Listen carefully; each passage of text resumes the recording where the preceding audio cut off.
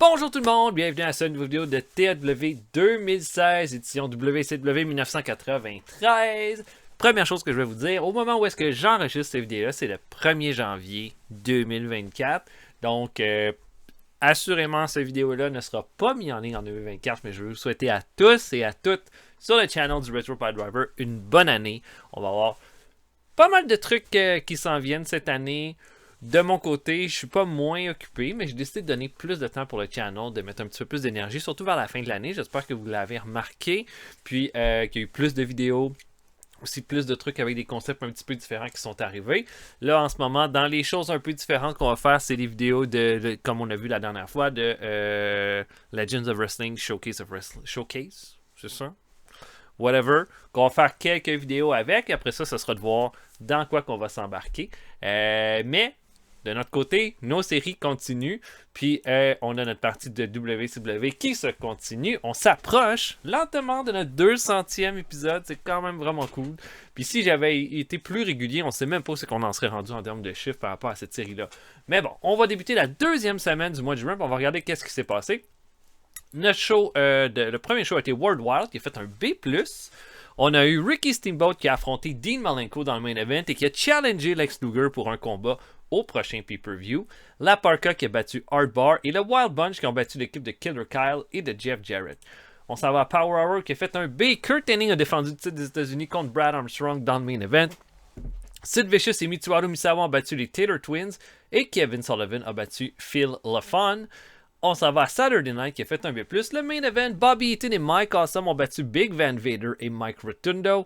Shane Douglas a battu Marty Jannetty. Steve Austin a battu George South. On a également eu le face turn de Vinny Vegas qui était revenu officiellement. DDP lui a un peu dit que c'était de sa faute si Vegas avait perdu puis si c'était blessé la dernière fois. Vegas n'était pas d'accord, a fait un powerbomb à DDP et bang, Vinny Vegas devient face. Je sais pas si on a changé son nom, mais Vinny Vegas, ça marchera plus. Là. Ça va être Kevin Nash à partir de maintenant. Steve Austin a battu George South. Dustin Rhodes a battu Max Payne pour garder le titre télé. On a aussi appris qu'au pay-per-view, il y allait avoir un Fatal 4-Way pour déterminer le number one contender pour le Great American Bash. Raven, Steve Austin, Davey Boy Smith et Rick Rude vont faire partie de ce combat-là. Les Killer Thriller ont aussi fait un challenge, également un 4-way au pay-per-view, mais là, c'est très différent. Puis je pense que ça va être un combat vraiment cool. Il dit, comme Stan Hansen a dit, que lui, il a pris le Great Sasuke sous son aile, puis ils sont devenus champions par équipe. Il veut qu'un lutteur établi de la WCW prenne un jeune lutteur sous son aile et que 3 équipes vont être invitées à l'affronter. Et la première de ces équipes-là, c'est l'équipe de Brian Pillman et de Steve Armstrong qui a battu Jack Victory et Rip Rogers. Et on a également Bret Hart qui est arrivé complètement cinglé là, avec un steel pipe et qui a attaqué les Four Horsemen et Bret Hart. Steve Williams est venu là, confirmer l'attaque ensuite. Et voilà, Bret se nomme Challenger pour Flair au pay-per-view. Donc, ça devrait être vraiment bon en fait. Là. Notre pay-per-view de Beach Blast devrait être complètement cinglé. Nos champions sont... Champion des États-Unis, prestige de A, 8 défenses de titre, Kurt Hennig. Champion Cruiserweight, Jushin Thunder Liger, prestige C+, et 10 défenses de titre. Champion du monde, Ric Flair, prestige 2 fois champion du monde, prestige de A+, et encore aucune défense de titre. Champion Six-Man Tag, la NWO, Conan, Kenta Kobashi, Scott Hall, prestige de C et 2 défenses de titre. Champion par équipe, les Killer Thriller du Great Sasuke et Stan Hansen, prestige de B+, et 8 défenses de titre. Ça s'approche lentement d'une équipe là, vraiment solide là, en termes de défense de titre. Et champion télé, Dustin Rhodes, prestige de B+, ça l'a monté. Et 6 défenses de titre. 6 défenses de titre, c'est quand même bon. Là. C'est dans la moyenne des règnes. Puis ça égalise aussi son règne passé qu'il y avait eu en novembre 91. Donc voilà, notre prochain show, ça va être un bon match, je pense. Eddie Guerrero et Jushin Thunder Liger contre les Head Shrinkers. Eddie Guerrero a challengé Jushin Thunder Liger pour un titre pour le titre Cruiserweight à Beach Blast. Donc on les met dans cette petite situation-là. Est-ce que ça va donner des flamèches ou pas? Ben vous allez voir quand on va se rendre là. Ben bon, on va s'avancer jusqu'à World Wild. Junji Takano, je connais pas. Ah, c'est le frère de George Takano. George Takano. Est-ce que Harley Race va re-signer à la ECW? Lui, on l'avait à un moment donné à la WCW. J'essaie de voir, là, est-ce que ça vaudrait la peine de l'avoir comme road agent? Je veux juste confirmer. Il est à 89 en respect, puis 100 en psychologie ou whatever. Qu'est-ce que je veux savoir? Là? Attendez un peu, là. Push. Je veux le comparer à d'autres road agents qu'on a. Bill Watts. C'est moins bon que Bill Watts. C'est exactement Boris Malenko. Jody Hamilton, je sais toujours pas. Le respect est excellent. Mais j'ai rien par rapport à la psychologie. J'ai aucune idée. Mais Bill Watts, c'est quand même pas fort. Puis il reste juste 11 mois avec nous. Est-ce qu'on pourrait se permettre ça? Oh, il y en a qui aiment vraiment Harley Race en plus.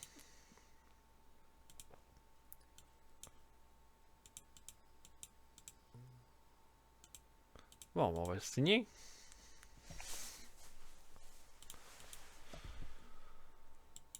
Ok. On va le signer, tiens. Ça va être ton retour avec nous, en fait. Bon, des trucs de morale. Oh, Robert Gibson se sent isolé. J'ai le goût de rien faire, puis à un moment donné, il va être tellement frustré qu'il va s'en aller de la WCW, puis je vais me sauver combien d'argent quand ça va arriver, ça?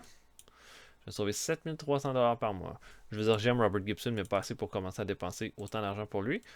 Pour Boris Malenko, lui, on a l'intention de le garder, fait qu'on va continuer de donner un petit peu de sous. Et on va avancer jusqu'au show.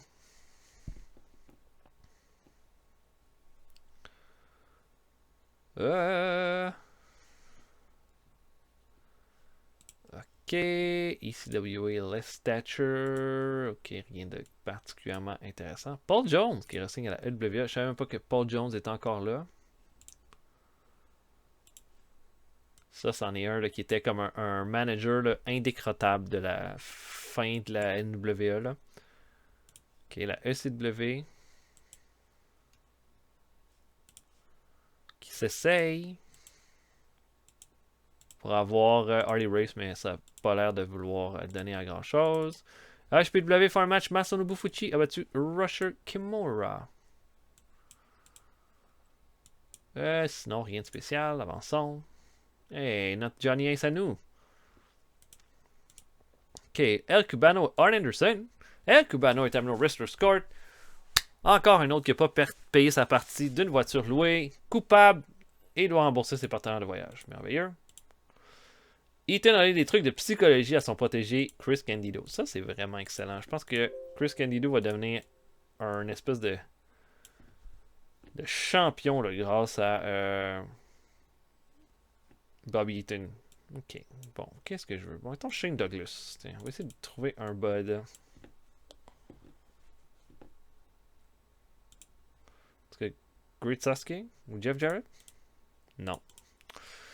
Ok, je book donc Eddie Guerrero, Jushin Liger contre les Headshrinkers. Je book ça, on se voit après. À tantôt tout le monde.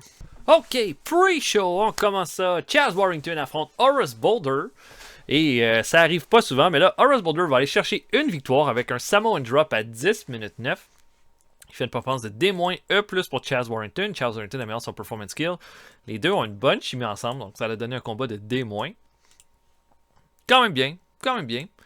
Ensuite, Biff Wellington affronte Bob Holly. Et là, c'est un très bon match qu'on a eu deux. C- de performance pour Biff Wellington.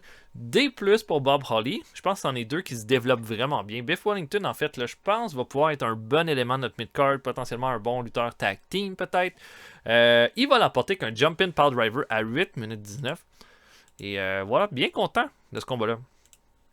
Ensuite, Ace Darling de notre développement et David Haskins, un lutteur local, affrontent les Taylor Twins. Bon combat de C aussi. Dave Taylor va terminer le match avec un Bridging Fallaway Slam sur David Haskins à 19 minutes 29. David Haskins améliore son flying skill. Et voilà, en termes de performance, pour Ace Darling, D-, ça va. Ça veut dire qu'on a de la progression qui se fait. Pour les Taylor Twins, toujours bien. Et le dernier combat de pre-show, Brad Armstrong affronte le Gambler, le jobber le plus populaire de l'histoire de la WCW. Et Brad Armstrong va là faire un side Russian leg sweep à 7,38 pour la victoire. Le gambler améliore sa technique et son performance skill. C'est ça, le gambler a du charisme. Ça pourrait être un qu'on pourrait considérer peut-être dans le futur. Mais voilà. Donc, des bons pre-show. Et on ouvre le show avec un match entre Doug Furnace et Lance Storm. Bon match, encore une fois. C'est pas la première fois qu'ils s'affrontent. Fait que je trouve ça parfait de les faire affronter dans les B-shows comme ça. Les deux se développent. Lance Storm va l'emporter en faisant le pin sur Furnace avec les mains dans les cordes au moment de faire un roll-up. Et ça nous fait un très bon B pour commencer le show. Les deux lutteurs améliorent leur performance skill. Il y a quelque chose à faire avec ces deux-là, je vous le dis. Ensuite de ça, on a Fit Finlay qui affronte Jack Victory. Les deux ont une bonne chimie ensemble. Finlay va faire abandonner Victory avec un Indian Deadlock à 12,39. Pour Finlay, hein, j'aime ça l'avoir. Clairement, on a réussi à faire du gros progrès avec lui. Il manque là, le petit step, le storyline, tout ça. On lui a donné des chances, tout ça, mais il n'a jamais vraiment été assez convaincant pour que je sois comme, oui, il faut absolument que je le garde dans mes rivalités, dans mon... Mais assez pour que je veux le garder dans le roster. Et voilà. Jack Victory, c'est quand même surprenant qu'il soit encore avec nous après tout ce temps-là. Mais il fait pas mal, Il répond bien à son rôle, dans le fond. Ensuite, une promo de Arn Anderson. Et là, une promo de A+, c'est pas rien. Et Double Arn dit que ça a été une grosse déception pour lui de ne pas avoir eu sa revanche contre les Horsemen en prenant le titre Six-Man Tag. Mais ça va venir. Ce qu'il a besoin, c'est d'un boost. Puis son boost, quand lui, il va le chercher, c'est quand il donne la meilleure performance possible dans le ring. Mais donc, ce qu'il veut dire ce soir, c'est qu'en ce moment, le meilleur lutteur au monde, considéré à la WCW, c'est pas Ric Flair qui est champion du monde, c'est Kurt Hennig qui est le champion des États-Unis. Tout le monde parle de Kurt Hennig et des performances qu'il a faites incroyables dans le ring depuis quelques temps. Il veut être là-dedans parce qu'il veut aller gagner la confiance qu'il a de besoin pour pouvoir retourner contre les Horsemen plus tard. Donc ce qu'il veut, c'est une chance pour le titre des États-Unis contre Kurt Hennig à Beach Blast. Voilà. A+. Donc ça devrait être ça. Je n'ai pas besoin de vous dire, ça risque d'être le match of the night au pay-per-view. Mais Arn Anderson contre Kurt Hennig, ça se dessine pour Beach Blast. Et le main event, Eddie Guerrero et Jushin Thunder Liger affrontent les Head Shrinkers. Bon combat, une performance de B+, hein, pour Eddie Guerrero dans ce combat-là. C'est juste qu'il n'y avait pas de storyline qui est associé à ce match-là. Mais Liger a une gimmick qui est en train de devenir stale. Il va falloir regarder ça aussi. Mais dans le fond, gros match, là, je pense que vous êtes capable d'imaginer, les Head Shrinkers vont dominer une grosse partie du combat, mais les Cruiserweight vont venir. Et au final, Eddie Guerrero va enfermer Fatu dans un Gory Special pour le faire abandonner. Donc une grosse victoire de Guerrero et Liger. Et après le combat, Liger tend sa main à Eddie, ce qui comme lui dit, tu vas avoir ta chance pour le titre Cruiserweight. Eddie Guerrero lui serre la main, lui fait une accolade et voilà, on termine ça là-dessus. Une belle rivalité dans le respect entre Eddie et Liger. Et voilà, un bon B pour ce show-là. Et là, pour Power Hour, j'irai avec un combat par équipe. Mais quel combat par équipe? Telle est la question.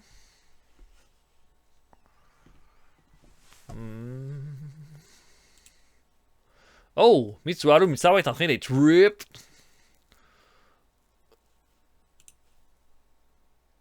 Wow. OK. Bill Watts dit que David Taylor ne connecte pas avec les fans. Bon, ça me dérange moyen, hein, mon ami. Non, il y a Harley Race, on risque de l'avoir. OK. Oh, Brian Clark est un hot property. Ça apparemment va être une breakout star. Ça, c'est vraiment le fun à savoir. Pour le reste, oh, Kurgan signé à la GPW. Mais bon, on va essayer d'avoir un tag team match pour Power Hour. Vous allez voir ça.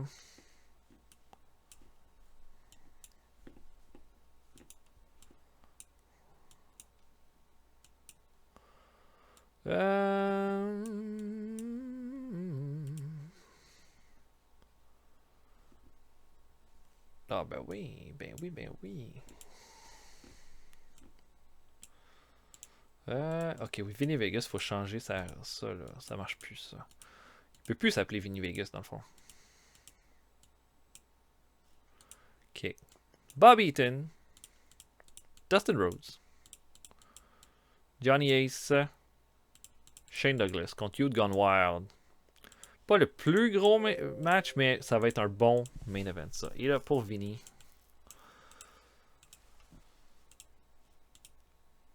Kevin Nash.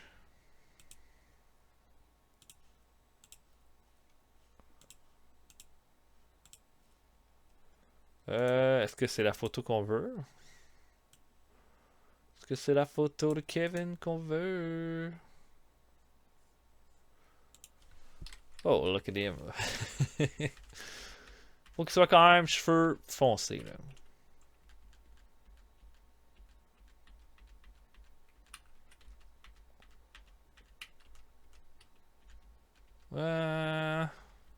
Il y a tellement de photos de lui.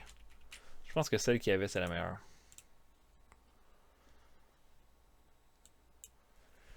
Ok, avançons jusqu'à Power Hour. Bon. Ric Flair, Steve Armstrong, des trucs de sailing à son protégé Steve Armstrong. Il me semble que ça fait longtemps qu'il n'a pas donné des conseils de protéger lui. Ok, Kensuke Sasaki. On va essayer de trouver un friend. Peut-être un gars comme Kobashi? Yes! Yes, yes, yes. Kensuke Sasaki et Kenta Kobashi sont devenus des bons amis. Puis je pense que Kobashi doit avoir pas mal d'amis, là, me semble, rendu là. Non, je pensais qu'il y en avait plus que ça. Je pensais qu'il était ami avec d'autres personnes dans le locker room. Maudit. Bon, on va avancer jusqu'au show. Le main event. Bobby Eaton, Dustin Rhodes contre Youth Gone Noir. Je book ça. On se voit après. À tantôt, tout le monde. Ok, pre-show. Atsushi Onita affronte Kensuke Sasaki. Combat moyen. Onita va l'emporter par pinfall à 8 minutes 42. Donc voilà. Onita, on va voir comment ça se débloque. Mais il va falloir que ça débloque quand même à un moment donné. Ultimo Dragon affronte Jamie Dundee. Dundee qui est un tas dans le développement. Ultimo Dragon va faire un Dragon Bomb à 6 minutes 5 pour la victoire. Belle performance d'essai dans son cas. Mitsuharu Misawa affronte Pablo Marquez, un lutteur local. Mitsuharu va faire un Tiger Driver à 7 minutes 48 pour terminer le tout. On n'a pas vraiment rien pour Misawa pour le mois qui s'en vient, mais c'est clair que ça va venir. Là, c'est juste une question de... En ce moment, on a des plans qui sont quand même précis sur ce qu'on veut faire. Misawa va être un main eventer pour nous avant longtemps, donc on lui donne juste un petit repos. Et Glenn Root affronte Kevin Sullivan dans le dernier combat de pre-show. Sullivan va faire un Devil Stomp à 8,46 pour un bon petit match. Voilà. Des pre-shows encore une fois corrects. On ouvre le show avec Buddy Landel qui est avec le reste des Blue Bloods. Et Buddy Landel dit que en l'absence de Sir William Regal, c'est lui, Buddy Landel, qui maintenant s'occupe des Blue Bloods. Puis il y a une chose à dire. La semaine passée, Sid Vicious a fait passer les Blue Bloods comme des imbéciles quand il s'en est pris aux Taylor Twins. Ben, il dit, j'ai une chose à te dire, Sid Vicious, tu viens de te faire pas un ennemi, tu t'es fait 4 ennemis. La façon que tu nous as traité la semaine passée dans ce tag team match-là. Puis, on va voir comment tu vas réussir, comment tu vas réagir quand tu vas être devant nous. Et là, Sid Vicious va s'en venir, et là, tout le monde va se faire dans le pantalon. Sid Vicious monte dans le ring. Et là, tout le monde fait comme s'il était prêt à se battre, sauf que tout le monde quitte lentement le ring. Et le dernier qui reste et qui pense que tous les autres sont derrière lui, c'est Landstorm qui se retourne. Plus personne n'est là. Bang! Sid Vicious le kick au ventre. Powerbomb. Et on termine le segment avec le reste des Blue Bloods qui s'enfuit. B+, la rivalité commence. Et bon segment. Bon segment. Un match entre Davey Boy Smith et Brian Lawler. Davey Boy Smith qui va faire partie du 4-way pour le number 1 contendership au pay-per-view. C'est un petit showcase avec Lawler qui va faire une belle opposition contre lui. Davey Boy Smith va l'emporter à 15 minutes 4 avec un running power slam sans surprise. Et voilà, Lawler qui continue de bien se développer de son côté. On a Lex Luger qui fait une promo pour répondre à ce que Ricky Steamboat a dit la semaine passée. Il dit qu'en ce moment, là, il n'a pas vraiment la tête à ça. Il n'a pas vraiment la tête à Ricky Steamboat. Pourquoi? Parce qu'il n'est plus champion du monde. Que lui, il était champion depuis pratiquement 6 mois. Puis qu'il a, en ce moment, là, il se sent perdu. Là. Il se sent perdu depuis qu'il a plus son titre. Par contre, c'est vrai qu'effectivement, lui et Steamboat ont toujours donné des bons combats. Puis effectivement, puis une chose qu'il va acheter, c'est que Lex Luger l'a toujours emporté sur Ricky Steamboat, a toujours eu le dessus sur lui, à toutes les fois. Là, en plus, avec Bobby Heenan de son côté, avec un Ricky Steamboat qui est en perte de vitesse puis en fin de carrière, pourquoi pas? Pourquoi pas un autre combat? Ça va être la parfaite occasion pour le Total Package de se refaire. A+, super bon segment. La rivalité gagnant Heat, c'est merveilleux. On a un match entre Mike Awesome et Max Payne. Donc vraiment un combat pour continuer de mettre en avant Mike Awesome, qui va l'emporter qu'un Awesome Bomb sur le gros Max Payne à 12 minutes 54. Bon petit match de B. Belle performance de B de son côté. Et on a ensuite le main event, Bobby Eaton et Dustin Rhodes contre Hugh Gunwar qui fait un B-. Le combat aurait fait un B, mais Dustin Rhodes refusait de recevoir le pin. Donc il a fallu que je fasse un Keep Strong ici. Ça l'a baissé la note du combat. Bobby Eaton va améliorer son Rumble skill et son Performance skill, mais dans ce combat-là, Shane Douglas va faire un Pittsburgh Plunge sur Dustin Rhodes pour l'emporter. Là, ça va causer la surprise générale du côté. Là. Johnny Ace va être super content. La foule va comme, oh mon dieu, ok. Shane Douglas qui vient de prendre du galon et va challenger. Donc, Dustin, bien d'avoir le pin sur le champion télé. Donc, logiquement, devrait avoir une chance pour le titre télé. Et on termine le show là-dessus. Ça fait un bon B. Et là, est-ce que je ferai encore un combat par équipe à Saturday Night? Je pense que oui.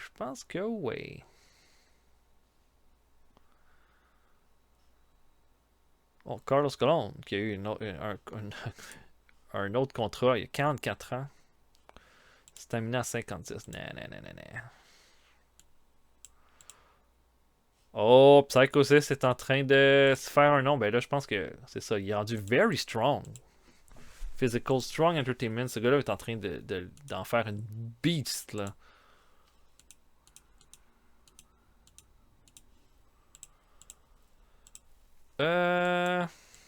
Bon.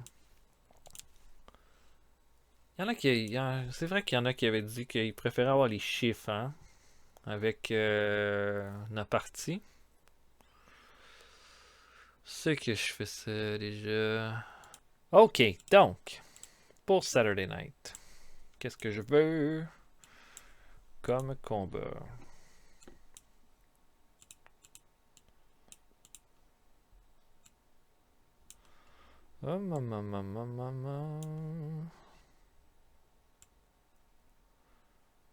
Eddie, Dustin.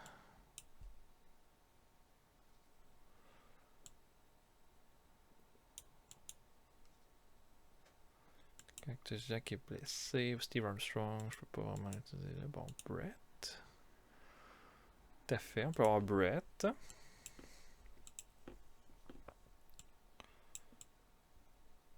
Brett et qui? Jared Bah.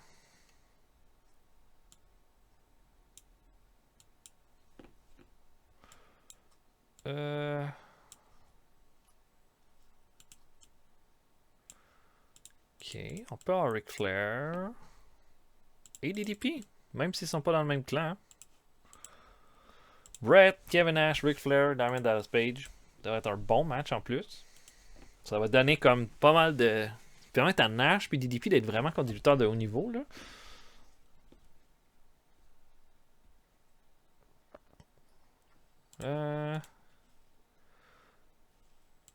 Ok.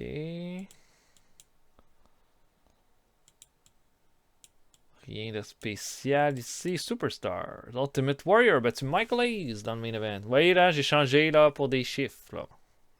On va voir ce que ça va donner, à quel point j'aime ça. Nikita Koloff a battu Brian Knobbs.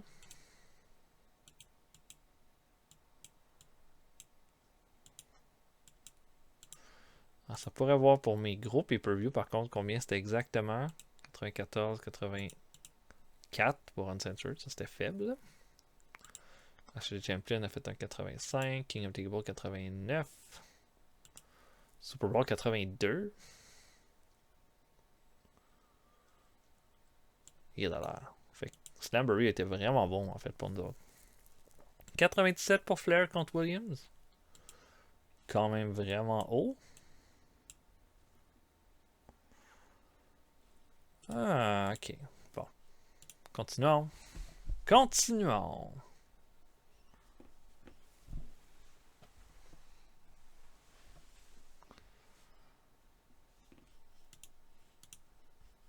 Hop. Oh, est-ce que Paul Orndorff va signer à la USWA? Pourquoi pas, Paul? Je te le souhaite. .33 pour Power Hour. Harley Race qui signe.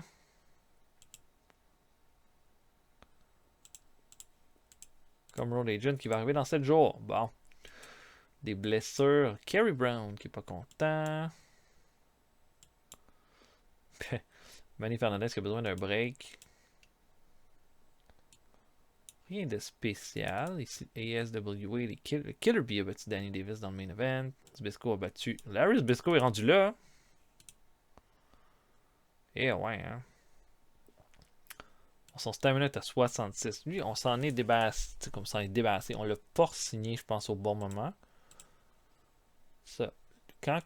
Il continue de faire des combats quand même bons. Puis il a même fait un main event d'un pay-per-view. Je peux vous rappeler, il avait fait un main event de pay-per-view contre Ric Flair à un moment donné. En 91. Quand même assez tôt dans notre game. C'est vicious. Ça, après ça, il a battu Arn Anderson, mais Ric Flair l'avait battu le mois suivant. Mais il n'a jamais donné des gros matchs. Mais en même temps, notre game n'était pas rendu là à ce moment-là. Mais bon, il est rendu dans une fédération quand même petite, là. OK. OK, des incidents. Arn Anderson, qui a organisé un tournoi de poker, tout le monde est content. Ultimo Dragon a fait des dessins de ses collègues, tout le monde est content. Et Bob Eaton donne des trucs de psychologie à Chris Candido. Je peux vous dire que moi, je suis content quand je vois ça. OK. Alexandra York, tiens.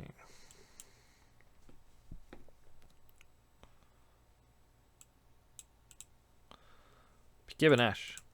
Hey! Quand ça va bien, ils deviennent des amis, là. Ils sont pas amoureux, là. Parce que Alexandra York, elle date Mitsuharu Misawa. N'oubliez pas ça.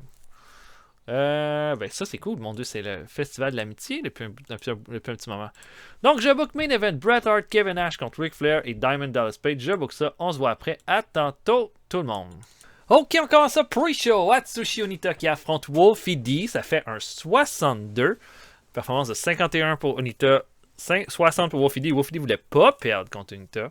Mais je m'en suis foutu de ça. J'ai fait gagner Onita par soumission à 9 minutes 20. Ensuite, Jim Steele, lutteur local, qui avait une gimmick un peu à la Superfly Snuka, qui affronte Stevie Ray. Stevie Ray va l'emporter avec un bicycle kick à 10 minutes 3. Stevie Ray va améliorer son performance skill. C'est très bien ça. Ensuite, le Rock'n'Roll Express va affronter l'équipe de Russ Boulder et de Kensuke Sasaki.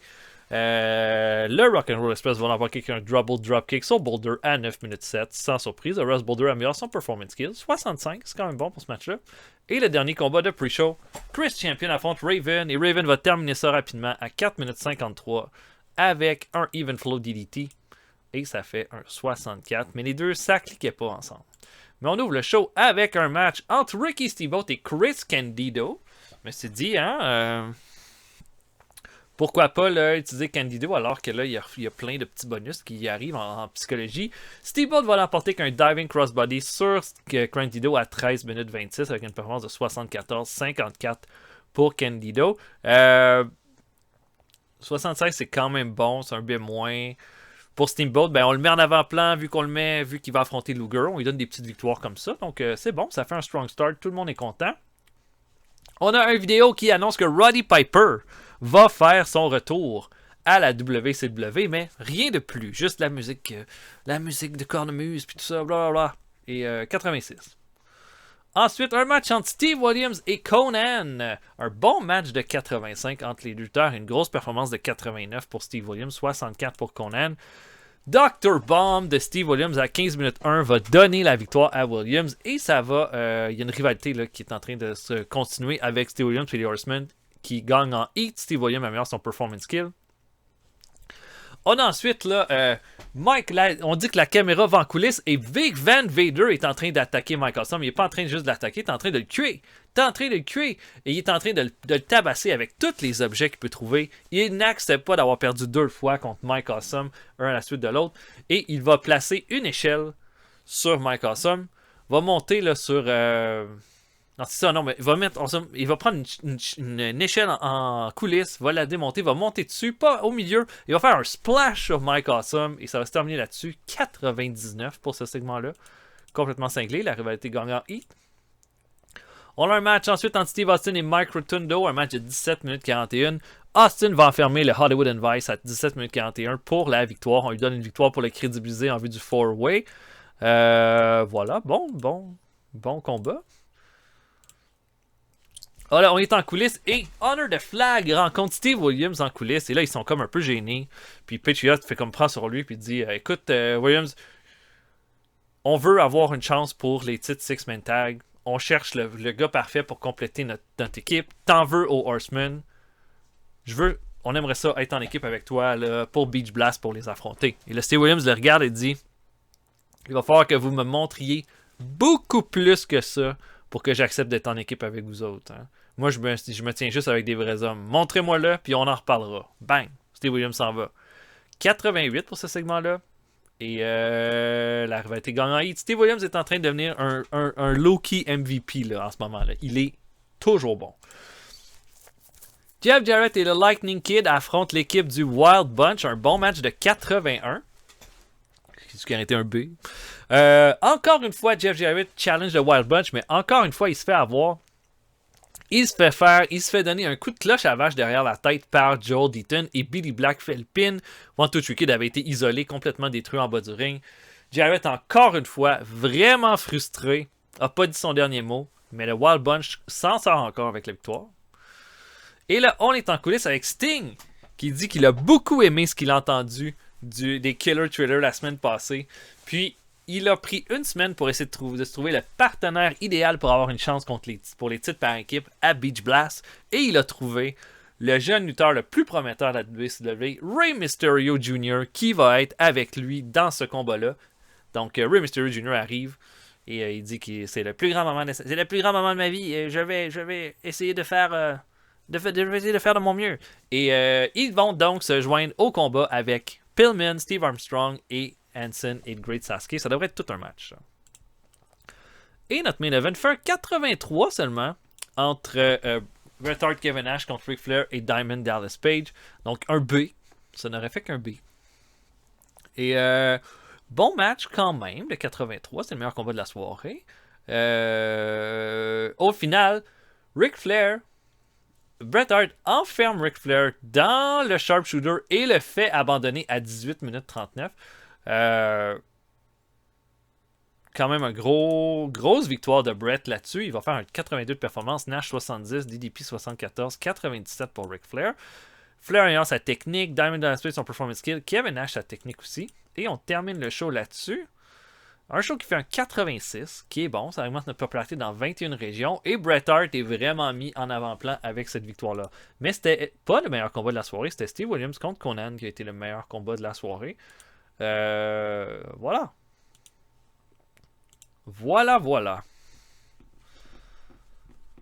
Mais je pense que Hart contre Ric Flair va être vraiment un bon match. Là, on a essayé en mixant des gars comme Nash puis DDP qui sont solides, mais pas encore prêts pour être des main eventers. Bon. Barry Windham fait son retour. 5.46 pour Saturday Night. Kevin Nash dit que Billy Black ne connecte pas avec les fans. Même chose pour Revenge. Je pense que vous devriez vous taire, les boys. Parce qu'ils ont fait presque un aussi bon meilleur. Ils ont fait un très bon match cette semaine. Le Barry Windham est-il encore blessé là? Encore 2 mois avec son tendinite de poignet.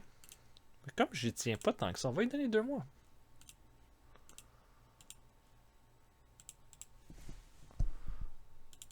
Great Sasuke qui ressasse quand il était angry en novembre 92 puis qui redevient fâché. Merveilleux. Bon, pour notre prochain épisode.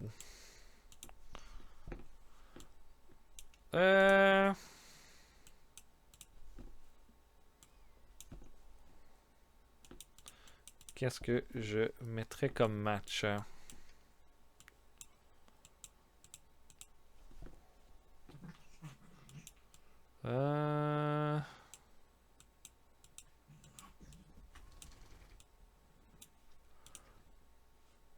J'irai avec...